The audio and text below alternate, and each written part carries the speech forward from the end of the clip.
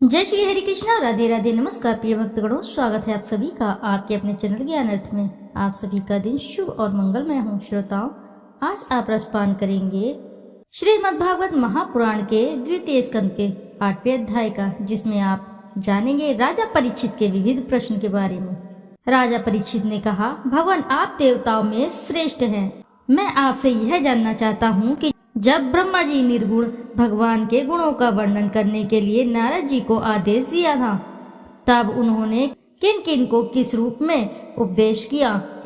एक तो अचिंत्य शक्तियों के आश्रय भगवान की कथाएं ही लोगों का परम मंगल करने वाली हैं। दूसरे, देवर्षि नारद का सबको भगवत दर्शन कराने का स्वभाव है। अवश्य ही आप उनकी बातें मुझे सुनाइए।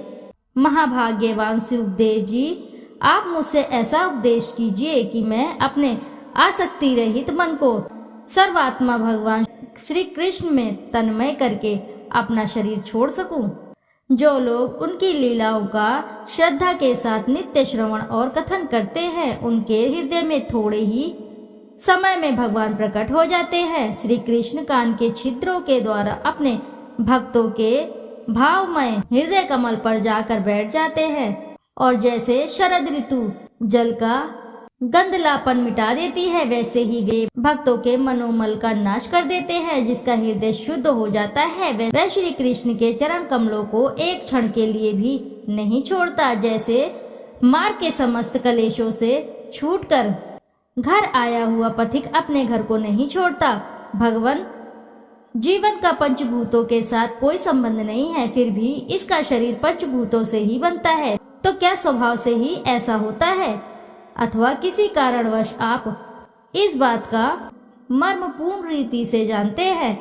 आपने बतलाया कि भगवान की नाभि से वह कमल प्रकट हुआ जिसमें लोकों की रचना हुई। यह जीव अपने सीमित अवयवों से जैसे परिच्छिन्न है, वैसे ही आपने परमात्मा को भी सीमित अवयवों से परिच्छिन्न सा वर्णन किया। यह क्या बात है? जिनकी कृपा से सर्वभूतमय ब्रह्मा जी प्राणियों की सृष्टि करते हैं, जिनके नाभि कमल से पैदा होने पर भी जिनकी कृपा से ही ये उनके रूप का दर्शन कर सके थे, वे संसार की स्थिति, उत्पत्ति और प्रलय के हेतु सर्वांतर्यामी और माया के स्वामी परम पुरुष परमात्मा अपनी माया का त्याग करके किस में किस रूप से शयन करते हैं। पहले आपने बतलाया था कि विराट पुरुष के अंगों से लोक और लोकपालों की रचना हुई, और फिर यह भी बतलाया कि लोक और लोकपालों के रूप में उसके अंगों की कल्पना हुई। इन दोनों बातों का तात्पर्य क्या है? महाकल्प और उनके अंतर्गत अवान्तर कल्प कितने हैं? भूत, भविष्य और वर्तमान काल का अनुमान किस प्रकार किया जाता है? क्या स्थूल देहाभिमानी जीवों की आयु भी बंधी हुई है? ब्राह्मण श्रेष्ठ काल की सूक्ष्म गति, त्रुटि आदि और स्थूल गति, वर्ष आदि किस प्रकार से जाननी चाहती है? विविध कर्मों से जीवों की कितनी और कैसी गतियां होती हैं? देव, मनुष्य आदि योनियों सत्व, रज, तम, इन तीन गुणों के फलस्वरूप ही प्राप्त होती है। उनको चाहने वाले जीवों में से कौन कौन से किस किस योनि को प्राप्त करने के लिए किस किस प्रकार से कौन कौन सा कर्म स्वीकार करते हैं?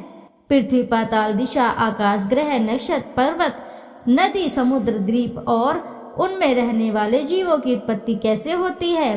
ब्रह्मांड का परिमाण भीतर और बाहर दोनों प्रकार से बतलाइए। साथ ही महापुरुषों के चरित्र, वर्ण, आश्रम के भेद और उनके धर्म का निरूपण कीजिए। युगों के भेद, उनके परिणाम और उनके अलग अलग धर्म तथा भगवान के विभिन्न अवतारों के परम आश्चर्यमय चरित्र भी बतलाइए। मनुष्य के साधारण और विशेष धर्म कौन कौन से हैं?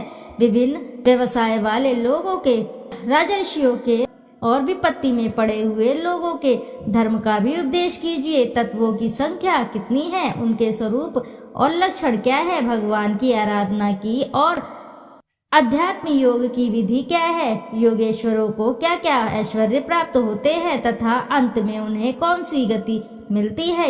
योगियों का शरीर किस प्रकार भंग होता है? वेद, उपवेद, धर्मशास्त्र, इतिहास और पुराणों का स्वरूप एवं तात्पर्य क्या है? समस्त प्राणियों की उत्पत्ति, स्थिति और प्रलय कैसे होता है? बावली, कुआं खुदवाना आदि स्मार्त यज्ञ यज्ञादि वैदिक एवं काम्य कर्मों की तथा अर्थ धर्म काम के साधनों की विधि क्या है? प्रलय के समय जो जीव प्रकृति में लीन रहते हैं उनकी उत्पत्ति कैसे होती है?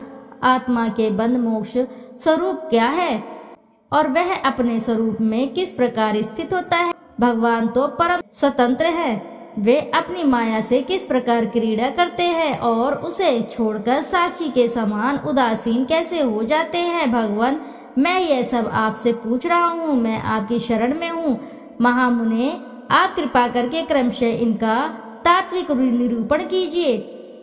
इस विषय में आप स्वयंभू ब्रह्मा के समान परम प्रमाण हैं। दूसरे लोग तो अपनी पूर्व परंपरा से सुनी सुनाई बातों का ही अनुष्ठान करते हैं। ब्राह्मण, आप मेरी भूख प्यास की चिंता ना करें।